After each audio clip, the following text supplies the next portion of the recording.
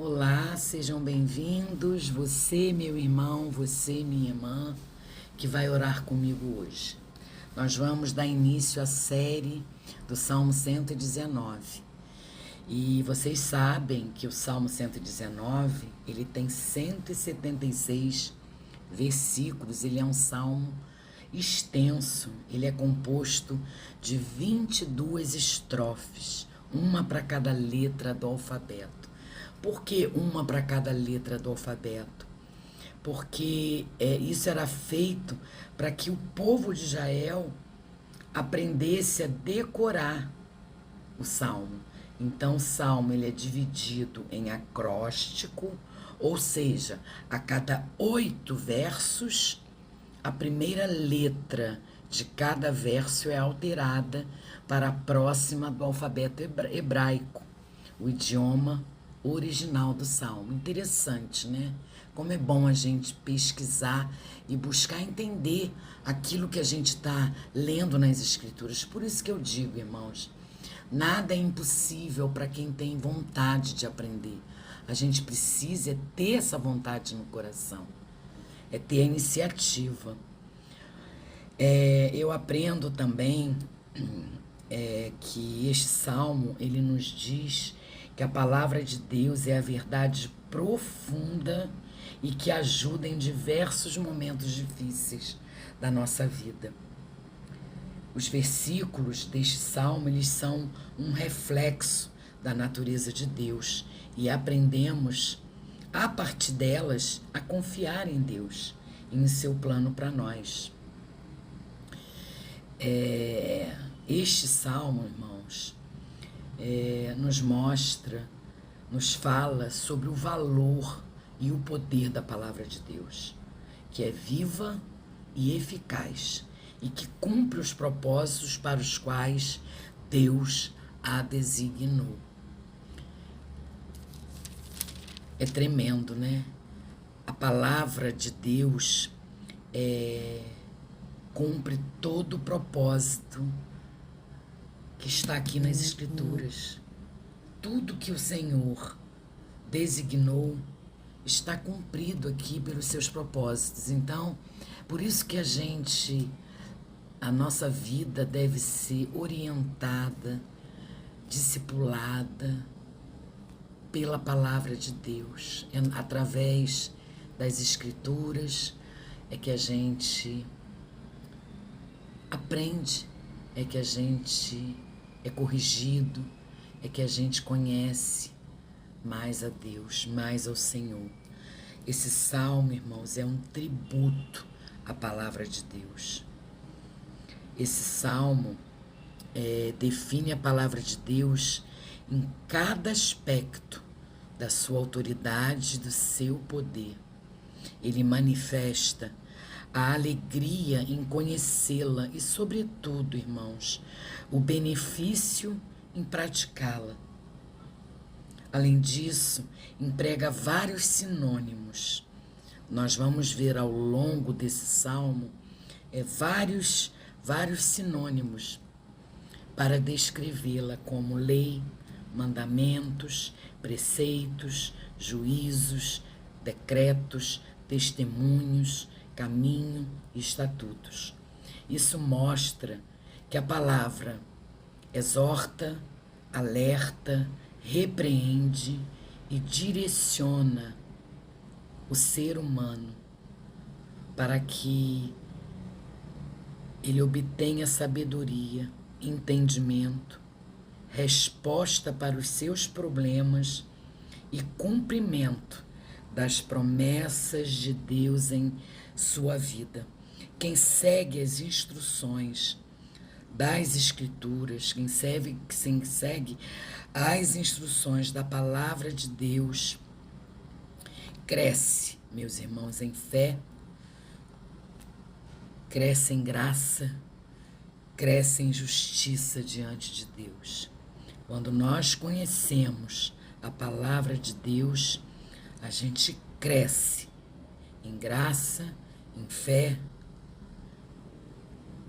e justiça diante do Senhor. Amém, irmãos? Vamos então ler e orar, porque à medida que a gente lê, a gente entra em espírito de oração.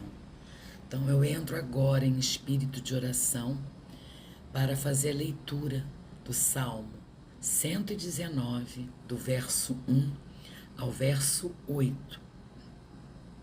Amém, meus irmãos? Então oremos. Bem-aventurados os retos em seus caminhos que andam na lei do Senhor.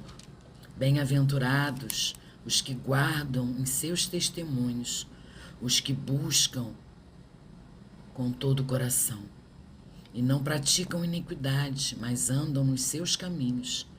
Tu ordenastes os teus mandamentos para que diligentemente os observássemos. Quem dera que os meus caminhos fossem dirigidos a observar os teus mandamentos. Então não ficaria confundido, atentando eu para todos os teus mandamentos. Louvar-te-ei com retidão de coração, quando tiver aprendido os teus justos juízos. Observarei os teus estatutos. Não me desampares totalmente. Glória a Deus por esse salmo. E meditando, refletindo nos versículos dessa estrofe, no verso 1, fala da lei do Senhor, né? Bem-aventurados os retos em seus caminhos, que andam na lei do Senhor. A lei do Senhor, irmãos, representa o ensino perfeito de Deus. Andar na lei do Senhor significa continuamente seguir a instrução de Deus, para que assim possamos nos tornar irrepreensíveis. Só tem esse jeito. Seguir a instrução de Deus para que que nos tornemos irrepreensíveis. No verso 2, que fala sobre guardar os testemunhos do Senhor. Guardar os testemunhos do Senhor. Irmãos, essa é a chave para a felicidade do ser humano. Quando a gente guarda, quando a gente lê a palavra, né, fala a palavra, guardar nas Escrituras significa obedecer a palavra de Deus, pois nela está a sua vontade. Então, quando a gente guarda em nosso coração a palavra do Senhor, a gente está obedecendo, porque está no nosso coração. E a gente vai sempre lembrar da palavra de Deus. Mas essa obediência, queridos, ela não deve ser feita de forma superficial, religiosa ou forçada, e sim de todo o coração, com prazer, com gratidão, com alegria. No verso 3 fala sobre e não praticam iniquidade, mas andam em teus caminhos. Os caminhos do Senhor. Andar nos caminhos do Senhor é andar na contramão do mundo. Os caminhos do Senhor são opostos aos caminhos deste mundo cruel. Somente quem anda, que segue o caminho de Deus, compreende seus pensamentos e recebe a redenção do Senhor Jesus, que é o próprio caminho que nos leva a Deus Pai. Então, nesse versículo, andar no caminho do Senhor é andar na contramão desse mundo. Amém, queridos? No verso 4 fala sobre a obediência incansável. Olha o que diz. Tu ordenastes os teus mandamentos para que diligentemente os observássemos. Então aqui eu entendo que aqueles que praticam integralmente as ordenanças sagradas, aqueles que perseveram nas orientações das Escrituras, não correm risco de cair. Essa obediência constante, ela satisfaz a Deus, ela alegra a Deus. E é um antídoto contra as vontades pecaminosas, porque nós temos vontades pecaminosas. A nossa carne grita contra a investida do inimigo. A leitura da palavra, a obediência ao Senhor, praticar integralmente as ordenanças sagradas, perseverar no que diz as Escrituras, a gente está nos blindando, a gente está nos protegendo contra as investidas do maligno. A gente está nos protegendo contra as vontades da nossa carne. Porque quanto mais a gente se alimenta da palavra, mais a gente alimenta o nosso espírito, mais a gente aumenta a nossa fé e mais a gente vira as costas para as coisas erradas. É isso que eu estou vivendo, é isso que eu aprendo todo dia da minha vida. E essa obediência alegra o Senhor. Essa obediência satisfaz a Deus. No verso 5 e verso 6, que diz assim: então não ficaria confundido, atentando eu para todos os teus mandamentos. Irmãos, devemos desejar de todo o nosso coração que os nossos passos sejam dirigidos pela vontade de Deus. Precisamos clamar, buscar ao Senhor em oração, buscar o Espírito de Deus para que Ele nos ajude, a seguir os passos do Senhor, a nos tornarmos mais parecidos com Ele, que a gente procure fazer, porque somos pecadores, somos falhos, mas quando a gente anda em espírito, busca o Senhor e pede para que Ele nos dirija, para que façamos a sua vontade, Ele nos ajuda, meus irmãos. O Deus disciplinador, Ele oferece a sua direção a nós, ao ser humano, para que nós tenhamos uma conduta ilibada. O que é uma conduta ilibada?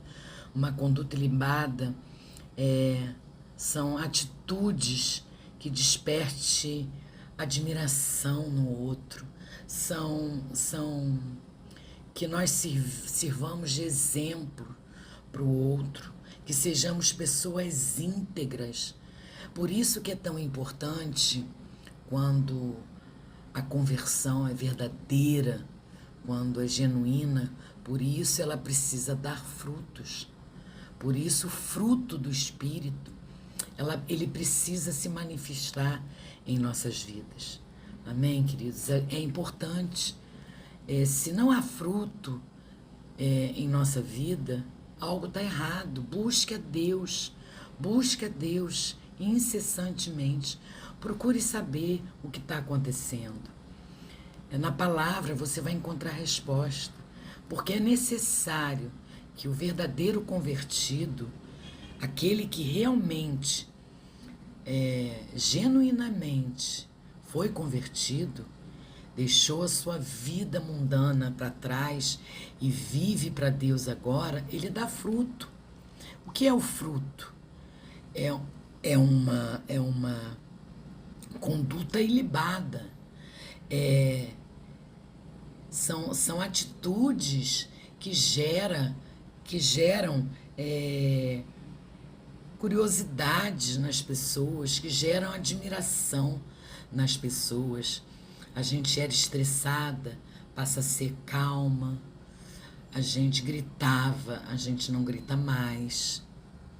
A gente tem mais amor ao próximo.